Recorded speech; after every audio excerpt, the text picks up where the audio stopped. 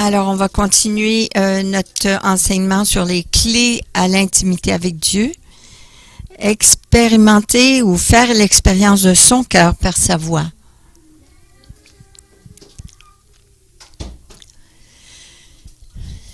Il y a eu ce petit verset dans la Bible qui me faisait toujours réfléchir. Oh, ça, c'est difficile, ce verset-là. Vous savez, parfois, il y a des versets dans la Bible qui font peur, qu'on ne comprend pas, et ça me fait réfléchir à plusieurs choses. Et une de ces choses, un de ces versets, c'était « Prier sans cesse ». Mais qu'est-ce que tu veux dire, Seigneur? Ça veut dire toute la nuit, tout le jour? Seigneur, j'ai d'autres choses à faire. J'ai des places à aller. Comment est-ce que mes mains comment est-ce que je peux être positionnée pour la prière? Et comment est-ce que ça peut arriver, ça? Et j'avais peur de cela. Je voulais faire beaucoup plus pour Dieu et vivre pour lui, mais prier sans cesse, incessamment, jamais arrêter. Vous continuez de prier. Et je pensais à cela, je réfléchissais là-dessus. Et en maturant dans ma marche avec lui, j'apprenais beaucoup plus. Et j'ai compris ceci. Faites de votre vie une prière. Ça, je peux faire ça. Oui, je peux rendre ma vie comme une prière. Alors, on va voir les façons pratiques de la façon qu'on peut faire de notre vie une prière. Alors,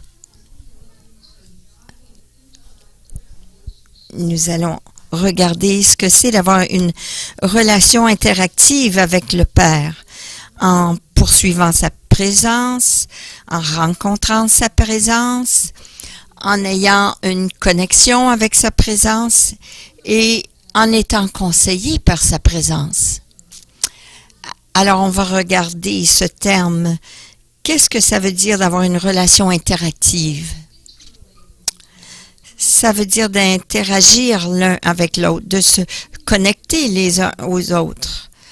Je peux vous comprendre et vous pouvez me comprendre. C'est la communication. Et qu'est-ce que ça veut dire? Ça veut dire transférer ses idées. Ça veut dire qu'on a des idées, qu'on exprime notre dessein, nos buts. On collabore. On travaille ensemble, pas contre l'un l'autre, mais ensemble.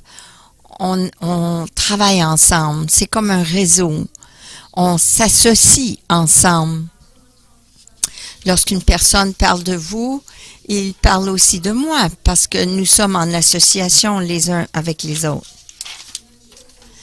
En Ésaïe 1:18, ça nous dit « Venez, venez donc, et discutons ensemble, dit l'Éternel. » Je trouvais ça intéressant.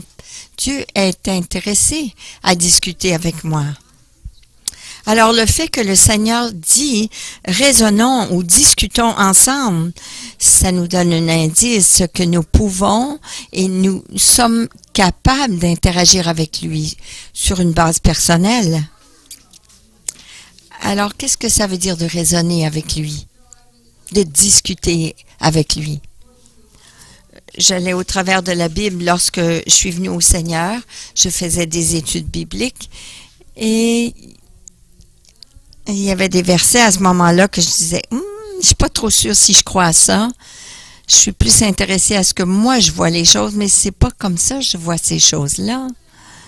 Alors quelqu'un dit, qui est plus mature que moi à ce moment-là, qui me dit, regardons ce verset et voir qu'est-ce que Dieu pense de cela. Alors oui, on peut vérifier ça. Alors là, j'ai vérifié. Et j'ai pensé, c'est pas du tout ce que je pensais que ça devait être. Ce n'est pas ma façon de penser. Alors, j'ai dû décider si j'allais raisonner cela ou est-ce que la façon mondaine, comme tout le monde, ou est-ce que je vais prier et demander à Dieu de me révéler et m'aider à comprendre pourquoi c'est de cette façon que tu dis les choses. Mais Dieu, dans sa miséricorde, il m'a montré le chemin. Il m'a montré les raisons pourquoi il dit que ça doit être comme il dit. Alors là, je comprends. Alors là, on discute ensemble, on raisonne ensemble. Et son raisonnement, il raisonne avec moi pour que je puisse comprendre ses voix. Oui, c'est une façon de voir, mais voici une meilleure façon de voir les choses, parce que lui, ses voix sont différentes des miennes, sont plus hautes que les miennes. Alors, qu'est-ce qu'on fait à ce moment-là? On dit, oui, Seigneur, tu as raison. Je vais changer ma façon de raisonner et je vais penser comme toi tu penses.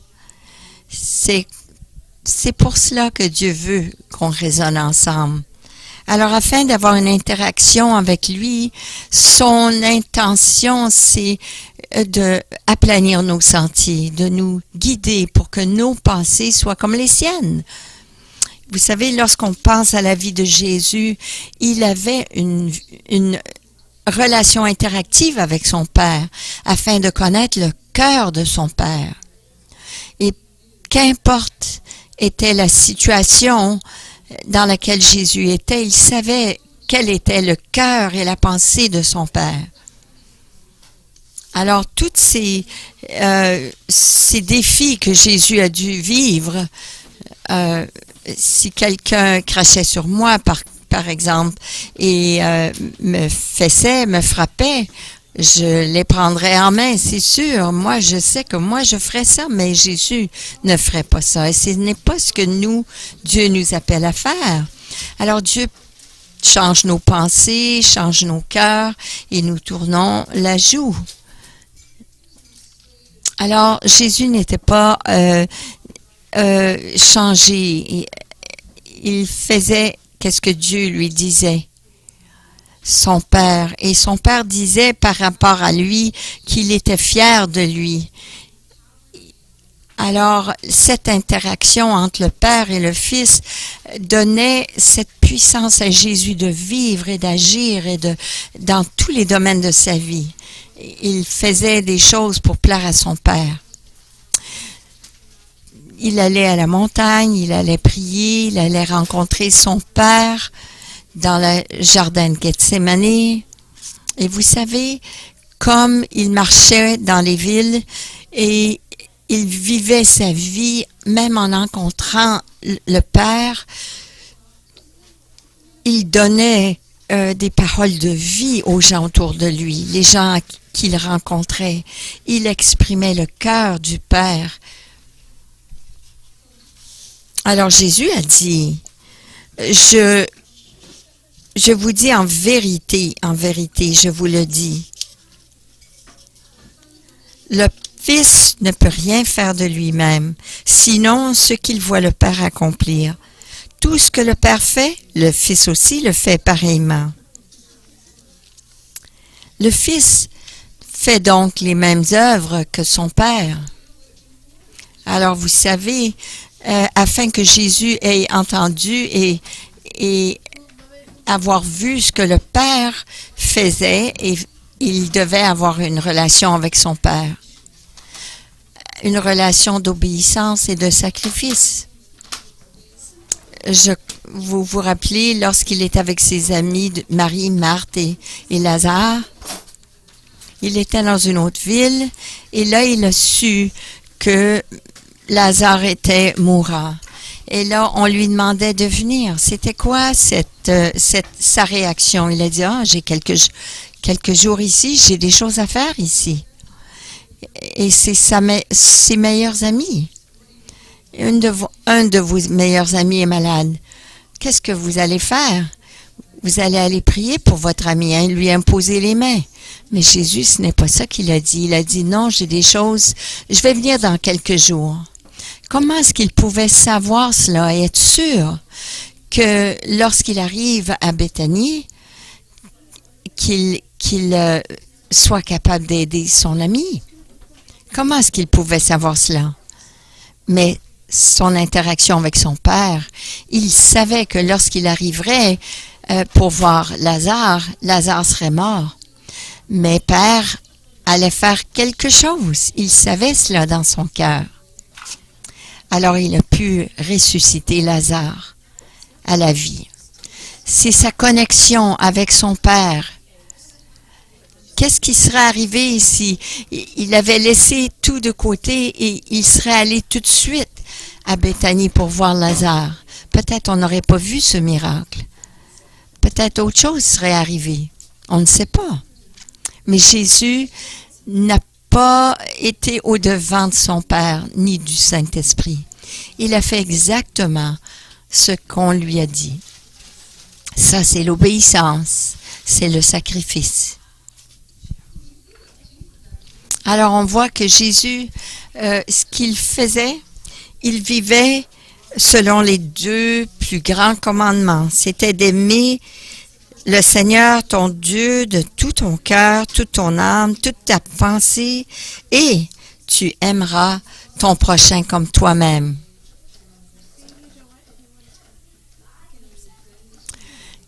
Ton prochain, c'est celui qui est à côté de toi, ton voisin. Ça ne veut pas dire que c'est le voisin. La personne, ça peut vouloir dire la personne qui est immédiatement, tout de suite à côté de vous. Vous devez l'aimer comme vous aimez vous-même. Alors Jésus est notre exemple que nous devons imiter comme enfants de Dieu. Alors nous allons développer une relation interactive avec notre Père Céleste, afin que nous aussi, on puisse marcher dans sa présence et administrer de l'amour du Père envers les autres. Alors l'apôtre Paul, il a dit ceci: « Ne savez-vous pas que vous êtes le temple de Dieu et que l'Esprit de Dieu habite en vous? » L'Esprit de Dieu habite en vous. L'Esprit de Dieu habite en vous. Alors le fait que Jésus a choisi de faire de vous son temple par la puissance du Saint-Esprit, c'est un autre bon indice que nous devons avoir une communion avec lui. Notre esprit avec son esprit, le Saint-Esprit. Alors puisque nous avons son esprit en nous, nous pouvons reconnaître sa voix, reconnaître la façon que l'Esprit de Dieu parle, notre esprit avec son esprit et son langage. Le langage de l'esprit peut venir en vision, en image, au travers des sentiments, au travers des odeurs. Cette connaissance intérieure et parfois par la voix audible de Dieu. Vous savez, Jésus a dit, mes brebis écoutent ma voix. Je les connais et elles me suivent. Et je lisais une autre version de cela qui s'appelle La Voix. Ça dit, mes brebis répondent comme ils entendent ma voix. Je les connais intimement et ils me suivent. Alors, que faisons-nous avec ce que nous entendons? Mes brebis entendent et répondent parce qu'ils m'entendent et ils répondent, ils m'obéissent. Alors, la façon qu'on reconnaît sa voix, et sous quelles que soient les formes que c'est, comme nous pouvons identifier la voix de nos bien-aimés dans une foule, vous reconnaissez un rire. Et vous savez, comme mon fils, quand il est dans une foule et il se met à rire, je peux le reconnaître. Je reconnais son rire, je reconnais les gestes, je reconnais la façon le mouvement de leurs mains. Je peux les voir de loin. Et je sais la façon qu'ils choisissent leurs paroles, le son de leur voix. Vous savez, les mères, ils sont dans un parc, il y a beaucoup d'enfants, mais elles peuvent reconnaître lorsque leur enfant pleure. Et tout de suite, on les reconnaît. On les choisit. le son. Nos oreilles sont alertées au son de leur voix. Et là, les mères répondent aux besoins de nos enfants. On sait comment répondre et reconnaître leurs besoins. Alors, de même, on doit faire la même chose lorsque Dieu nous parle. On doit être alerté, on doit savoir comment reconnaître sa voix, même dans une foule, on peut même la reconnaître et répondre à ce qu'il nous demande. Il faut avoir de la détermination pour avoir des opportunités pour reconnaître de plus en plus sa voix et de savoir c'est comment il nous parle. Par la parole, par les versets, comment il nous parle audiblement, ses paroles, ses pensées, comme nous sommes allongés et nous sommes dans sa présence, avec de la musique douce, comme nous écrivons dans notre journal, comme parfois nous lui demandons des questions et nous écrivons nos questions. Et qu'est-ce que le Saint-Esprit nous dit? Et c'est comme avoir une conversation. Alors, comme nous développons une relation avec lui, une relation profonde, nous pouvons répondre. Mais dans cette relation intime, il n'y a pas de couper des coins, d'arrondir des coins. Une personne doit investir le temps et nous pouvons seulement reconnaître sa voix en pratiquant une relation interactive avec lui. Nous voulons tous avoir des moments de Dieu. Oh, en disant, oh, ça c'est Dieu. Je sais que c'est lui. Nos sens spirituels ont besoin d'être activés.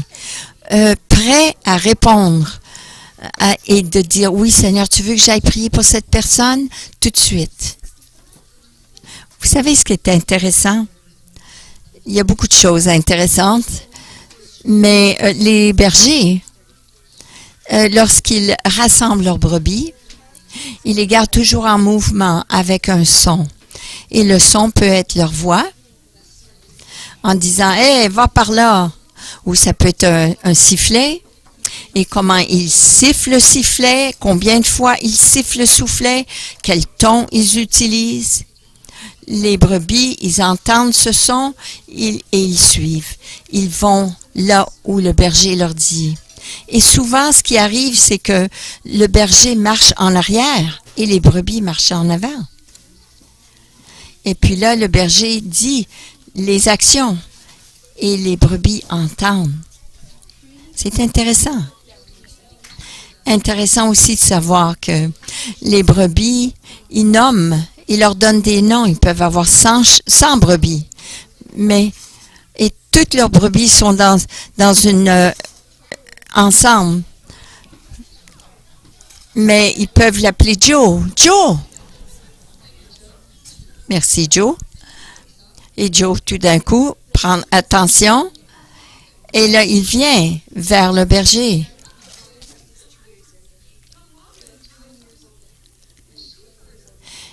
Et là, cette brebis qui est appelée par son nom, elle vient vers le berger. N'est-ce pas merveilleux que Dieu connaît votre nom et il vous appelle vers lui?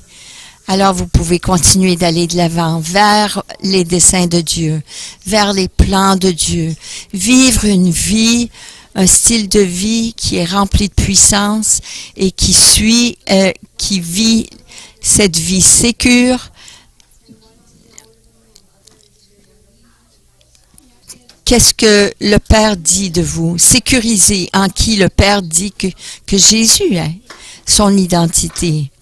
Et sécurisé aussi de savoir que tu es accepté. Et sécurisant parce que vous vous réjouissez, parce que vous savez la volonté du Père. Parce que vous aimez le Père tellement que vous voulez faire. Et comme Jésus voulait faire ce que le Père lui demandait. Je pense à aimer son enfant ou aimer son époux. La personne que vous aimez tendrement, qui est important pour vous aujourd'hui. Et vous êtes là assis et vous aimeriez lui offrir une tasse de café. Est-ce que tu as froid? Veux-tu que j'aille chercher ta doudou? Pourquoi est-ce que nous le faisons? Pas parce qu'il est là et il dit hey, j'ai froid ou j'ai besoin d'un café. Non, parce qu'on les aime, qu'on veut leur servir, qu'on veut les soigner, qu'on veut s'occuper d'eux, parce qu'on les aime, parce qu'on veut qu'ils soient au chaud, qu'ils aient les conforts, et nous voulons ce qui est bien pour eux. Et c'est cela que Jésus a fait pour nous, de faire des choses en obéissance à cause de l'amour. Alors, en poursuivant sa présence, Jésus dit, vous me chercherez, vous me trouverez parce que vous me chercherez de tout votre cœur. Alors, en étant en amour avec lui, nous attendons de passer du temps ensemble, de se comprendre, d'apprendre à le connaître de plus en plus. Et cette vérité que de qui cette personne est, je sais un petit peu de Jésus, mais je veux en savoir plus de Jésus. Et de devenir éveillé à son vrai caractère. Alors moi, je peux vivre au travers des circonstances, mais avec la vérité de son identité, de ce qu'il dit qu'il est. Et ça prend de la détermination de notre part, de rechercher, d'aller vraiment, d'avoir faim pour cette vérité, de rechercher cette vérité. Je cherche la vérité et j'en veux plus. Vous savez, je ne veux pas me baser sur les faits de ce que quelqu'un dit par rapport à Dieu ou de leur expérience, parce que j'ai trouvé que parfois, lorsque je réfléchis aux choses, les pensées des autres peuvent être distorsionnées, mais moi, je veux connaître la vérité. Et je détermine aussi que je ne vais pas rester stagnante dans ma relation avec Dieu. Ma relation, quel qu'elle soit, l'état de ma relation avec Dieu, comment je vois Dieu, ou quelle est mon expérience personnelle de Dieu à cause de comment il fait, comment il agit dans ma vie. Je ne veux pas rester là. Je veux aller de l'avant. Parce que profondément dans mon esprit, et je sais que vous pensez la même chose, le ciel est là. L'éternité est dans le ciel. Et il doit y avoir plus. Vous savez, dans Luc 17, 21, ça dit en effet, le royaume de Dieu est au milieu de vous. Alors, toutes les ressources du ciel, oui, wow, pensez à cela. Toutes les ressources du ciel, Dieu les a placées en vous. On a juste besoin d'y avoir accès. Comment y accéder à ce ciel et ses ressources? Nous lisons dans l'Apocalypse que même les anciens autour du ciel, ils disent Saint, Saint, Saint. Merci, Scott. On ne s'est même pas parlé, mais Dieu a parlé et ça concordait ensemble, les chants, la musique, l'adoration et le message. Et vous savez, ces anciens disaient Saint, Saint, Saint. Parce qu'à chaque fois qu'ils regardent la figure de Dieu, là, ils voient plus. Oh, Saint, wow, Saint. Et là, ils voient quelque chose encore, un autre aspect de Dieu. Et là, ils disent Saint, Saint. Parce que Dieu est sans limite. On ne peut jamais le connaître plus. On peut essayer de connaître plus, mais lorsqu'on apprend à le connaître plus, devinez, il y a encore plus. Il est sans limite. Alors on peut dire Saint. On crie Saint, Saint est Dieu. Et je crois que c'est cet endroit où on languit on a ce désir d'aller plus loin, de désirer plus, de connaître plus, cette faim, cette soif de connaître Dieu, de ne jamais être satisfait. Jamais être satisfait de la relation qu'on a avec Dieu. Parce qu'il y a toujours plus. Parce qu'on doit presser pour en avoir plus. La question est ceci. Et c'est un facteur qui doit être décidé. Êtes-vous ou n'êtes-vous pas satisfait? Vous voulez plus? Heidi Baker, l'évangéliste, elle dit ceci. Vous n'avez pas faim de Jésus jusqu'à ce que vous êtes dans l'état où vous n'êtes pas satisfait de votre état présentement. Votre relation avec lui. En lisant la Bible, que c'est historique, ça répond de son désir de connecter avec nous.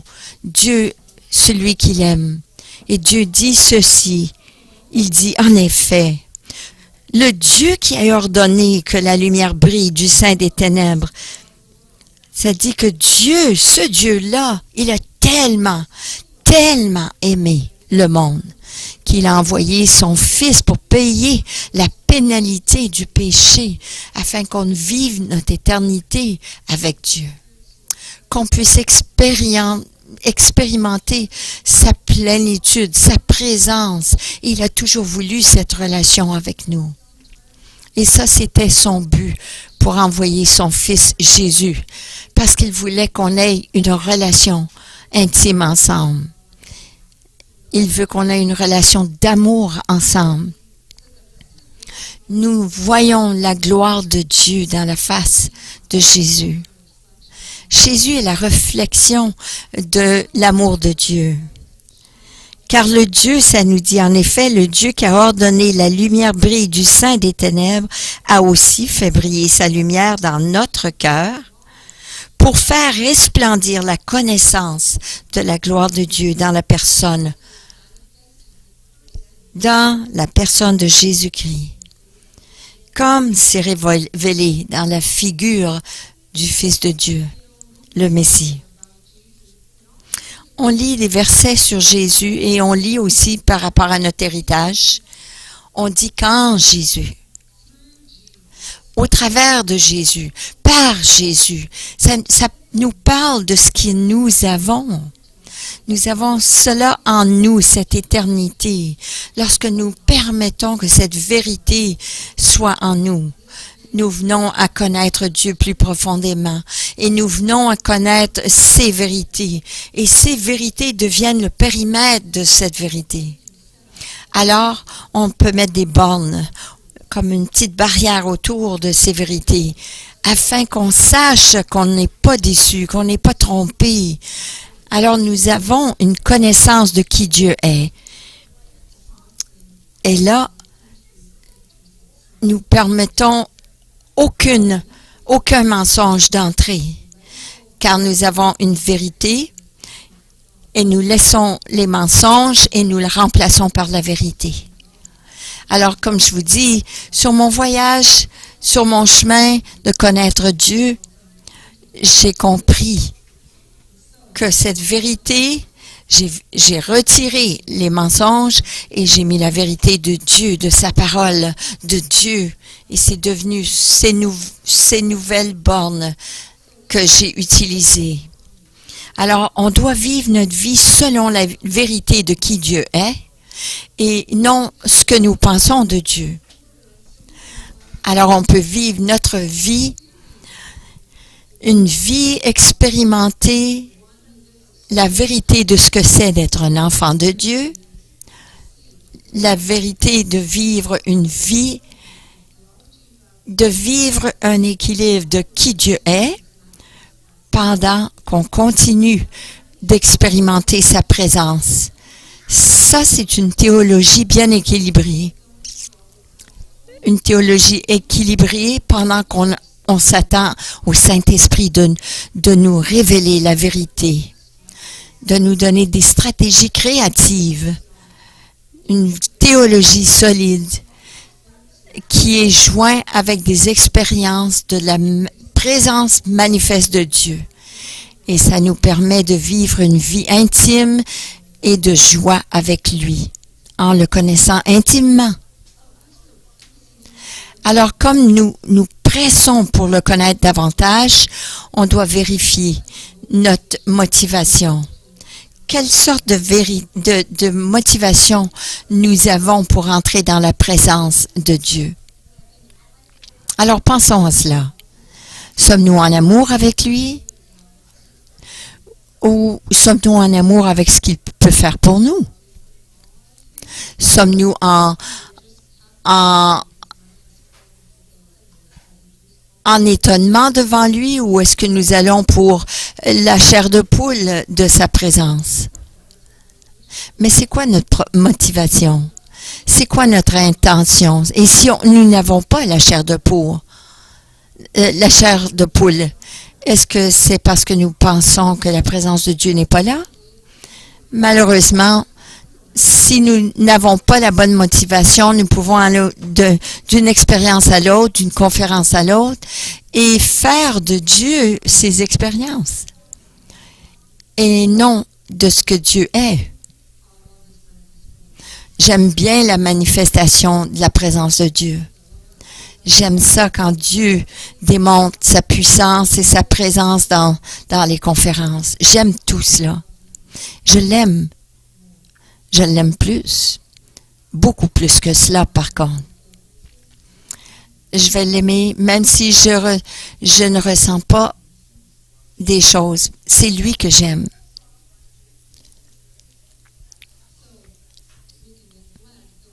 Alors, on peut négliger la présence de celui qui est dans l'expérience, la majesté de Dieu. Parfois, je pense, Dieu, peut-être que tu te sens abusé. Il est abusé. Il est Dieu, vous savez. On ne peut pas lui dire quoi faire. Il n'a pas besoin de répondre à nos prières. Qu'importe nos besoins. Il n'y a pas de baguette magique. Ce n'est seulement par son amour, sa miséricorde et sa grâce qu'il répond à nos prières. C'est seulement parce qu'il nous aime qu'il veut manifester sa présence. Il veut nous montrer que oui, il est là. Que oui, les gens sont délivrés et guéris. Et que oui, on ressent la chair de poule. Il aime faire cela. Jésus a dit, « Si vous gardez mes commandements, vous demeurez dans mon amour, de même que j'ai gardé les commandements. »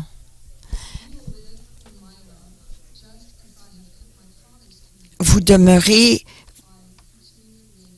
de même que j'ai gardé les commandements de mon Père et que je demeure dans son amour. Je vous ai dit cela afin que ma joie demeure en vous et que votre joie soit complète. Ça, c'est l'amour de Dieu. Vivez, marchez dans son amour. Exprimez son amour. Heidi Baker, je l'écoutais il y a quelque temps et elle a dit quelque chose qui m'a fait pleurer. Ça m'a fait réfléchir.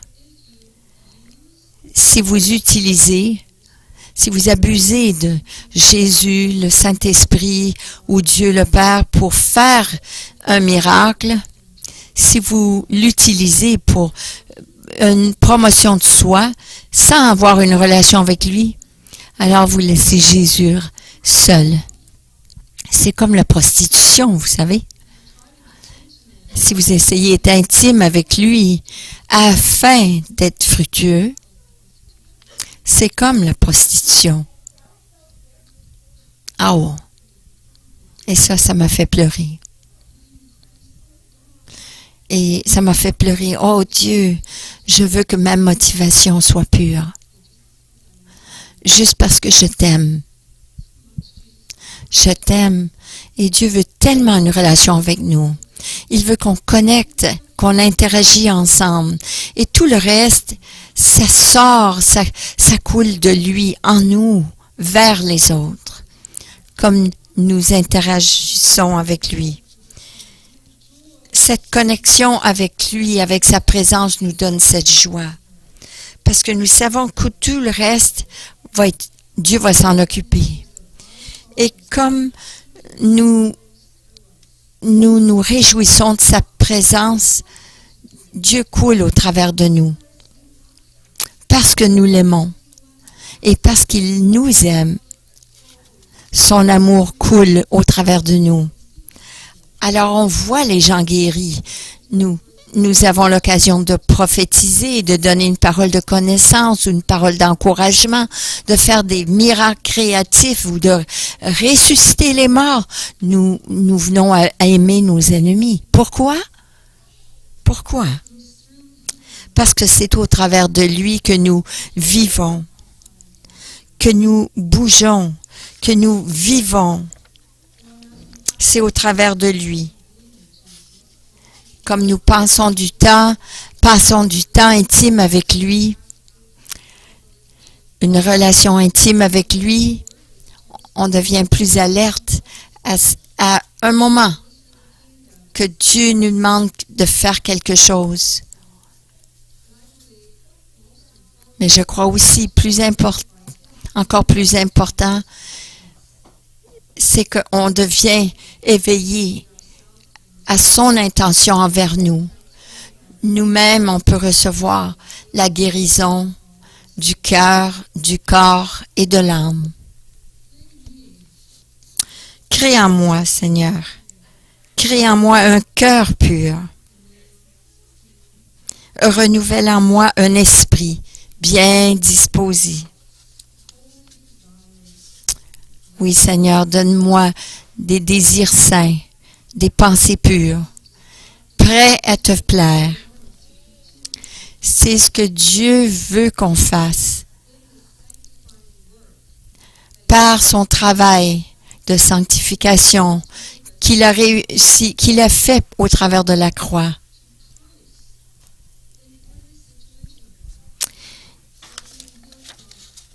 Il veut qu'on soit guéri de la crainte. On veut qu'on ait de la foi. Il veut qu'on soit guéri des mensonges qui dit je ne serai jamais capable de faire ceci. Peut-être ils vont apprendre cela. Toutes sortes de mensonges, vous savez, mais c'est quoi la vérité? La vérité dit que je puis tout par celui qui me fortifie. Ça, c'est Philippiens 4,13. Il veut qu'on soit guéri de désespoir et de vivre inspiré de l'espérance. Alors, le Seigneur dit, je ne serai toujours comme ça. Non, c'est nous qui pensons comme cela. Je vais toujours être comme ci, je serai toujours malade, je serai toujours sans travail. Ce sont des pensées que nous passent par l'idée, mais c'est quoi la vérité que Dieu nous donne? Il nous dit que c'est par ses blessures que nous sommes guéris. Alors, je n'ai pas besoin de rester dans cet état. D'être guéri de ce mensonge qui dit « je n'aurai jamais suffisamment ». C'est quoi la vérité? C'est quoi la promesse que Dieu vous donne? Mon Dieu pourvoira tous vos besoins selon ses richesses dans sa gloire. Est-ce qu'il est pauvre? Est-ce qu'il a un entrepôt plein qui déborde? Est-ce que c'est limité? Est-ce qu'on va venir à la dernière scène? Jamais. Tous mes besoins sont fournis sont pourvus selon ses richesses dans sa gloire. D'aller du mensonge à la vérité. Rien me séparera de l'amour de Dieu. Je n'ai pas besoin d'être amère parce que quelqu'un m'a fait du mal, parce que Dieu m'aime. Amen. Jésus n'a pas été appelé d'être merveilleux conseiller pour rien. Un de ses titres en Ésaïe 9,6, ça dit, il sera merveilleux, conseiller, Dieu puissant, Dieu éternel, prince de paix. Alors, en passant du temps avec lui, on peut lui exprimer nos désirs, nos pensées, en lui posant des questions, mais on ne le laisse pas comme ça. On ne peut pas dire à Dieu, ah, tu sais, j'ai eu une terrible journée, je suis offensée parce qu'on a dit cela de moi, qu'est-ce que tu veux que je fasse? Ah, la porte elle sonne. Puis là, on le laisse là, puis on s'en va répondre à la porte? Non. On ne doit pas quitter. On doit attendre dans sa présence et anticiper la réponse de Dieu. Alors, on peut prier sur nous-mêmes, que les yeux de nos cœurs soient ouverts,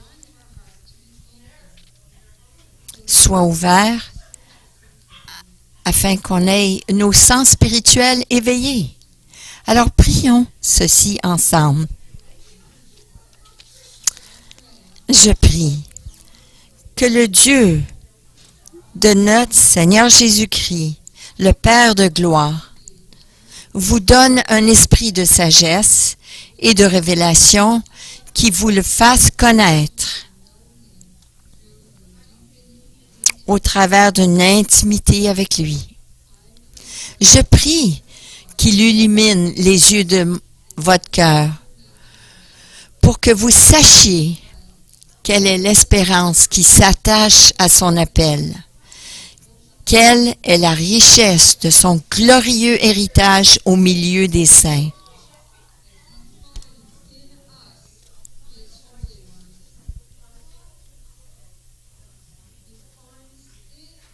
Qu'il trouve au milieu de nous ces saints, des saints. Est-ce que vous pouvez penser à cela? Le glorieux héritage au milieu des saints.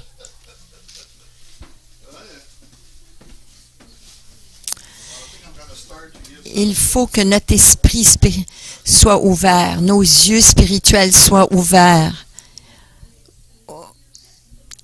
pour entendre, pour percevoir, pour sentir.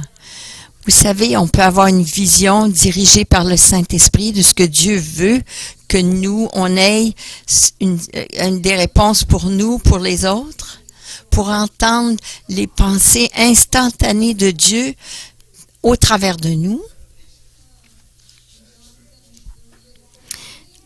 Dans Jean 7 et 38, ça nous dit ceci. Celui qui croit en moi, des fleuves d'eau vive couleront de lui.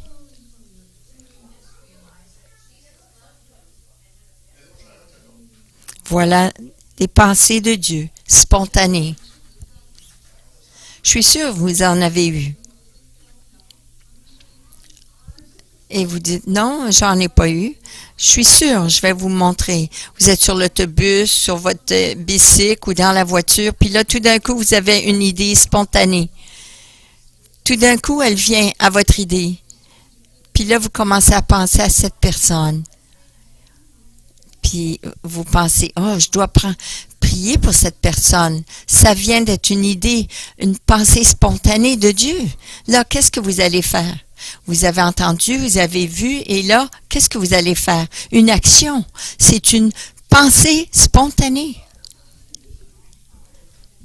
Une pensée de Dieu, spontanée. Je vais vous donner une illustration. Il y a 2 semaines, je me suis mis à lire mes courriels. Et là, mon amie de Colombie-Britannique, elle m'envoie un courriel. J'ai pensé, oh, je pense que je vais lui envoyer un texte tout de suite pour lui souhaiter la bonne année. Et en plein milieu de cela, elle dit, non,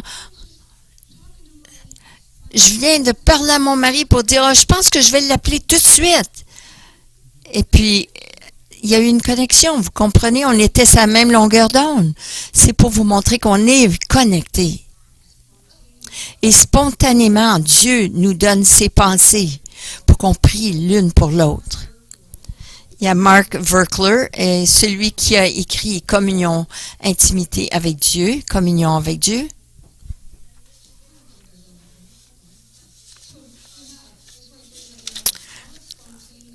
Alors, avant d'aller plus loin, je vais vous dire que nous avons des idées, des pensées spontanées de Dieu versus les mensonges de l'ennemi. Alors, c'est quoi la différence? Les pensées de Dieu, et c'est des pensées qui sont à même longueur que qui Dieu est. C'est celui qui est celui qui est notre gloire et qui remonte notre tête, qui relève notre tête, qui nous encourage. Et même une conviction de péché. Il peut nous montrer c'est quoi le besoin, là où on a besoin de se repentir, mais il ne nous garde pas là. Il nous amène à la liberté. D'une perspective qui n'est pas saine à une bonne perspective de Dieu.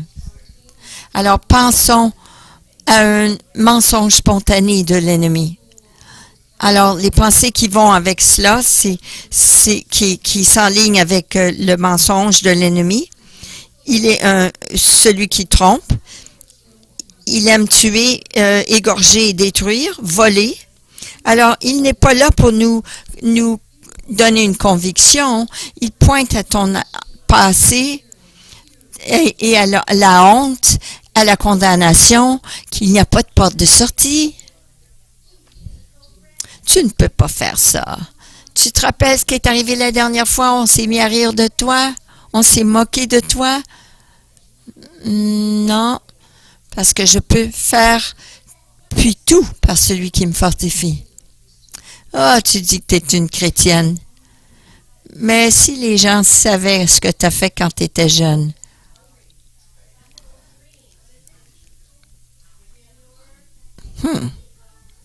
C'est ça que Dieu dit? Non. Dieu dit, je suis une nouvelle créature en lui. Je suis une nouvelle personne et j'ai ses pensées, son cœur en moi. Alors, Mark Verkler, comme j'ai dit tout à l'heure, il a dit que nous avons une galerie d'art dans notre pensée. Et certaines des images ont besoin d'échanger. Les perceptions de ce que nous, on dit qu'on est ou qu'on pense qu'on est. Les perceptions de ce qu'on dit de nous. Comment est-ce qu'on perçoit Jésus ou les autres? Comment est-ce qu'on perçoit la façon dont on a été blessé? On peut changer ces pensées-là, ces perceptions-là, et laisser Dieu nous guérir et changer ces images. Qu'on n'est pas la personne qui dit « Je ne peux pas faire ça maintenant. Non, je suis vainqueur maintenant. Je suis plus qu'un vainqueur maintenant. Et je ne suis pas prise là dans ce mensonge. » À quoi est-ce que Dieu nous appelle? On est appelé à démolir, renverser les raisonnements et tout obstacle qui s'élève avec orgueil contre la connaissance de Dieu et nous faisons toute pensée prisonnière pour qu'elle obéisse à Christ. Alors, lorsqu'on a une pensée démoniaque, on prend cette pensée captive. Alors, je pense, pourquoi est-ce que je pense à ça? Oh non. Non, je ne veux pas cette pensée négative, alors je la rends captive. Ce n'est pas une pensée de Dieu. Non, ça peut être une pensée indigne, une pensée de crainte, une pensée de je ne peux pas. Non, je renverse ce raisonnement et je l'élève contre la connaissance de Dieu et je dis non. Au nom de Jésus, et ça ne reviendra plus. Et on demande à Dieu de remplacer cette pensée. Ça peut être une pensée de « je ne suis pas digne », je demande au Père « qu'est-ce que toi tu dis je suis ?» Et c'est quoi la pensée spontanée que Dieu va me donner? Le Père va dire « mais tu es digne mon enfant, parce que Jésus dit « je suis mort pour toi, tu es digne mon enfant, je suis mort pour toi ». Et renverser la pensée négative et renversez-la avec la vérité de ce que Dieu dit à votre sujet dans votre galerie d'art. Alors, lorsque vous écrivez dans votre journal, écrivez la question. et vous avez du trouble possiblement avec quelqu'un et vous ne savez pas quoi faire avec cette personne, alors vous écrivez dans votre journée, dans votre journal, et vous demandez à Dieu, Seigneur, qu'est-ce que je fais avec cette personne? Lorsque j'ai affaire avec elle, tout le pire de moi sort. Alors, qu'est-ce que je dois faire?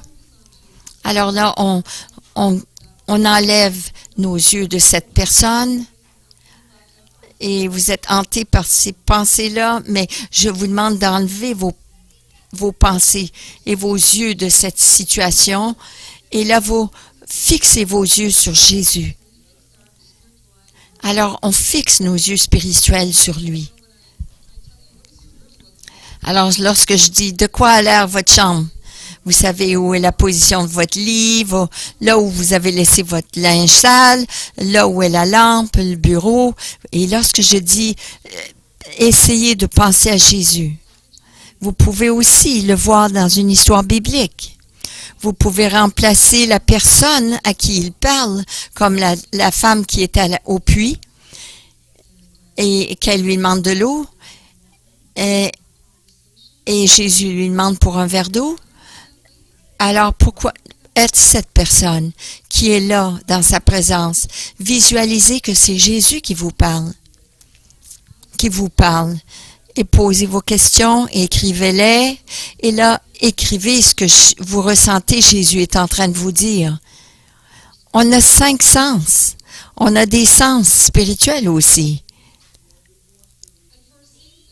Et pour une saison, je vous demande, lorsque vous écrivez cela, on peut soumettre ces écrits aux personnes qui sont matures dans leur marche.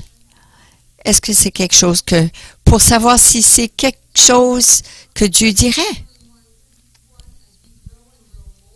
Et comme nous grandissons plus profondément dans notre relation avec le Seigneur, on vient reconnaître le langage du Saint-Esprit.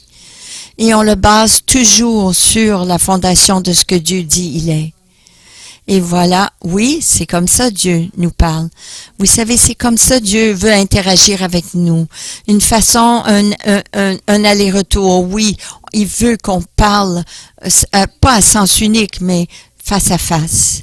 Alors, si vous avez des temps de prière qui sont cédulés, ou parfois c'est juste, vous marchez en ville, ou vous êtes dans la douche, vous êtes sur l'autobus, ou vous marchez, vous allez au travail, ou vous êtes devant quelqu'un qui vous énerve.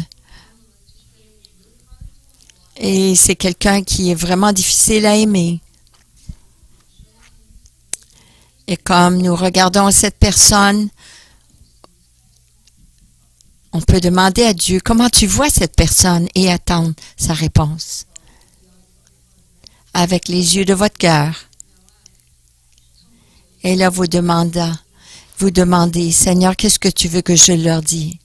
Comment veux-tu que je réagis? Et laissez Dieu vous parler et vous guérir votre cœur.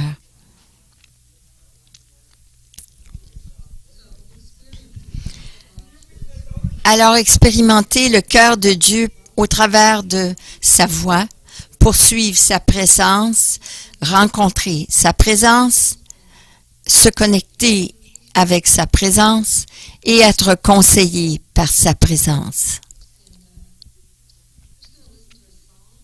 Alors, on va écouter un chant pour terminer et par la suite, j'aimerais prier pour vous. D'accord? Alors, je vous demande juste de vous mettez-vous dans l'endroit, à cet endroit où c'est vous qui exprimez ces paroles, ce chant à Jésus.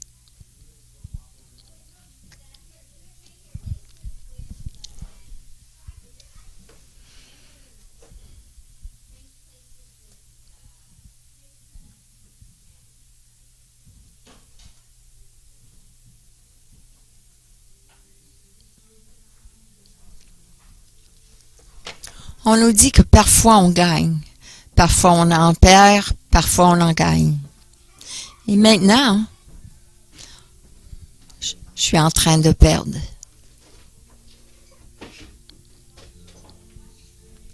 J'étais là sur cette plateforme, nuit, soir après soir. Je me rappelais que ça allait être correct. Mais maintenant, je peux pas le faire. C'est facile de chanter quand il n'y a rien qui va m'abattre.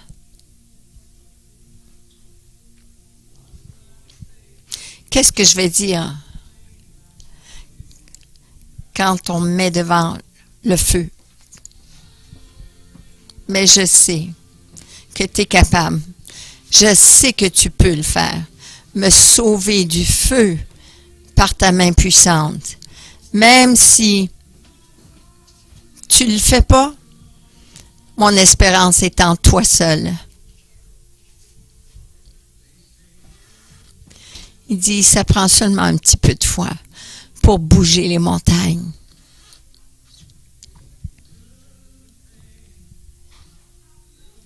Mais c'est une bonne chose. Un petit peu de foi, c'est tout ce que j'ai maintenant.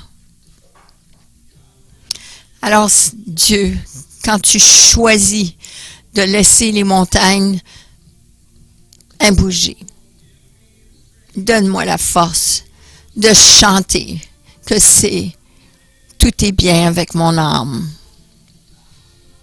Je sais que tu es capable et je sais que tu peux me sauver du feu par ta main puissante. Mais même si tu ne le fais pas, mon espérance est en toi seul. Je sais, la tristesse et la douleur, ça partirait par un mot, d'un mot, même si tu ne le fais pas. Mon espérance est en toi seul. Tu as toujours été fidèle. Tu as toujours été bon. Tous mes jours. Et Jésus, je vais m'attacher à toi. Qu'importe ce qui arrive. Je sais que tu es capable. Et je sais que tu as soin de moi. Je sais que tu peux, que tu es capable.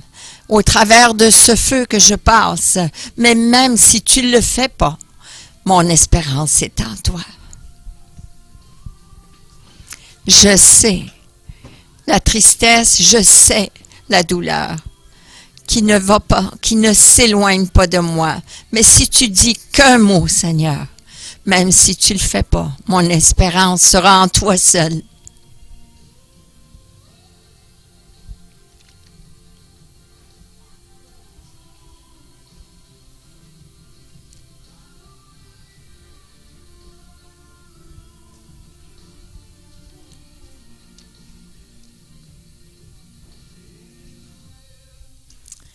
Oui, tout est bien avec mon âme.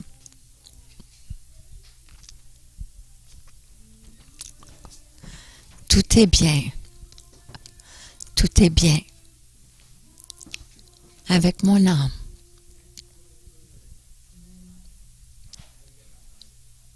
Amen. Merci, Père.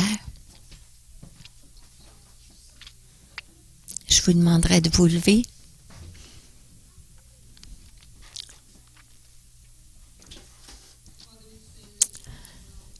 Père, on dirait, oui, que c'est bien, tout est bien avec notre âme, que notre espérance est en toi seul. Et Seigneur, nous nous réjouissons en toi. Nous voulons vivre en amour avec toi, en obéissance à toi. Et Père, je prie qu'on ait soif de toi et qu'on ne sera jamais satisfait là où on est. Mais qu'on continue de se tenir et presser, de courir vers toi, Seigneur, de vivre en espérance de ton cœur, dans tes bras d'amour.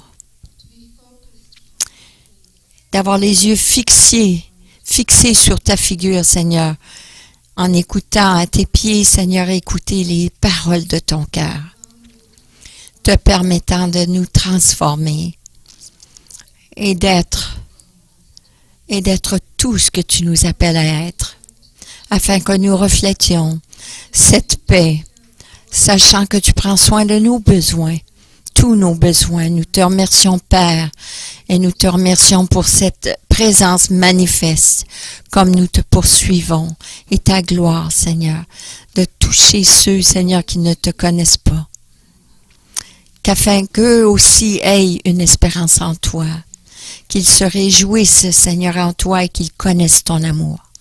Amen. Soyez bénis.